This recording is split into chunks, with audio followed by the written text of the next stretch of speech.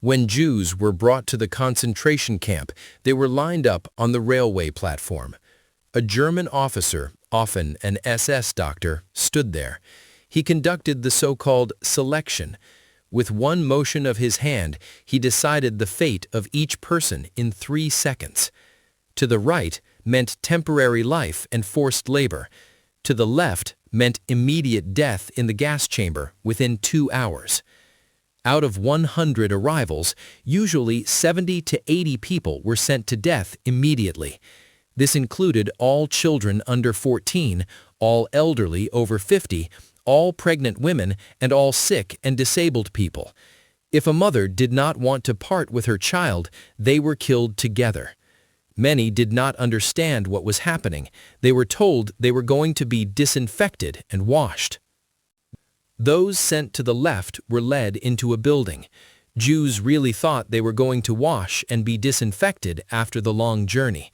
They were forced to undress completely and leave all their belongings. Then they were driven into a large room. 700 to 2,000 people were crammed inside at the same time, so tightly that they could not fall. This was a gas chamber, but the Jews did not know it.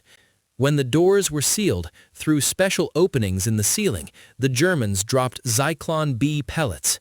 This was a deadly poison. When the pellets fell, they turned into poisonous gas. People began to suffocate, scream, and scratch the walls. They crushed each other trying to reach air. Death came in 15 to 20 minutes of terrible suffering. Those sent to the right, to work, faced not life, but slow death from exhaustion. Immediately upon arrival, their hair was shaved, a number tattooed on the arm. The name no longer existed. They were given striped uniforms and wooden shoes, which ruined their feet.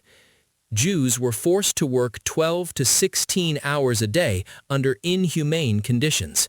They worked in quarries, carrying heavy stones by hand. They worked in military factories producing weapons for Germany. They worked on road construction. Food was minimal. In the morning, water with acorns instead of coffee. At lunch, watery soup from rotten vegetables. In the evening, 300 grams of black bread. About 700 calories per day, while a person needs at least 2,000. Average survival in these conditions was 3 to 6 months. The conditions in the camps were horrific. Jews slept on wooden 3-tier bunks, 5 to 10 people on each level. No mattresses, no blankets in winter. Temperatures in the barracks fell to minus 20 degrees, with no heating. There were rats, lice, and fleas everywhere. Diseases spread instantly: typhus, dysentery, tuberculosis. Constant beatings with rubber batons from German guards.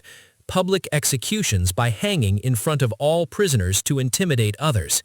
If someone tried to escape or broke rules, they were killed on the spot or hanged. People died every day from hunger, disease, beatings, and exhaustion. In the camps, German doctors conducted medical experiments on living people.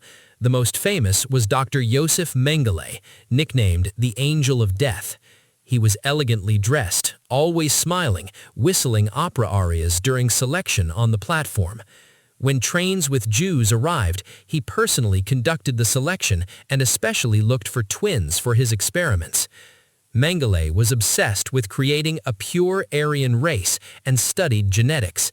He experimented on 1,500 pairs of twins, mostly children. He transfused blood from one twin to another without compatibility. He tried to change children's eye color by injecting chemicals directly into their eyes. The children went blind and died in agony. He sewed twins together, trying to create artificial conjoined twins. Out of 1,500 children, only 200 survived. Mengele personally sent more than 400,000 Jews to death. Other German doctors conducted their own experiments. Dr. Sigmund Rasser conducted hypothermia experiments, deadly cold. He placed Jews in ice-cold water baths for several hours. He measured how long a person could survive under such conditions. The purpose of these experiments was practical, to help German pilots who were shot down over cold seas. Mortality in these experiments was nearly 100%. People died in terrible convulsions, their bodies froze. Rasser also conducted altitude experiments. He placed people in pressure chambers simulating an altitude of 20 kilometers. Their lungs ruptured from pressure changes. Blood came from ears and eyes. Many died instantly. This was done to help German pilots survive at high altitudes. Dr. Karl Klauberg specialized in sterilizing women. His goal was to create a method of mass sterilization for undesirable peoples, Jews, Roma, Slavs. He injected chemicals directly into women's wombs without any anesthesia. Women screamed in pain. Many lost consciousness. Most died within a few days from infections and internal bleeding. Those who survived were left infertile and suffered chronic pain for the rest of their lives. Klauberg conducted these experiments on thousands of women. To him, they were not people, but material for experiments.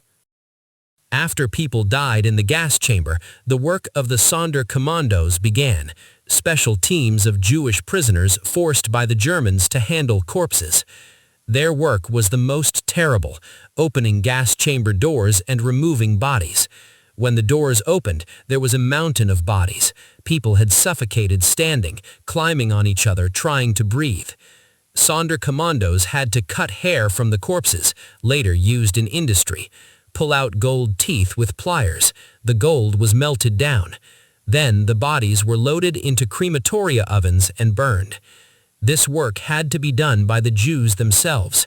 Many recognized their relatives among the corpses. This broke their psyche. The Germans killed Sonderkommandos every 3 to 4 months and replaced them with new ones to avoid witnesses. In Auschwitz, there were 5 large crematoria for burning bodies. They operated 24 hours a day without stopping. They could burn up to 8,000 bodies in one day. Smoke from the chimneys was visible for tens of kilometers. The smell of burning human flesh spread throughout the area. During the war, about 1.1 million people were killed in Auschwitz alone. The Nazis also took everything from the dead. Clothes were sorted and sent to Germany. Millions of pairs of shoes went to German families. Glasses and prostheses were melted down.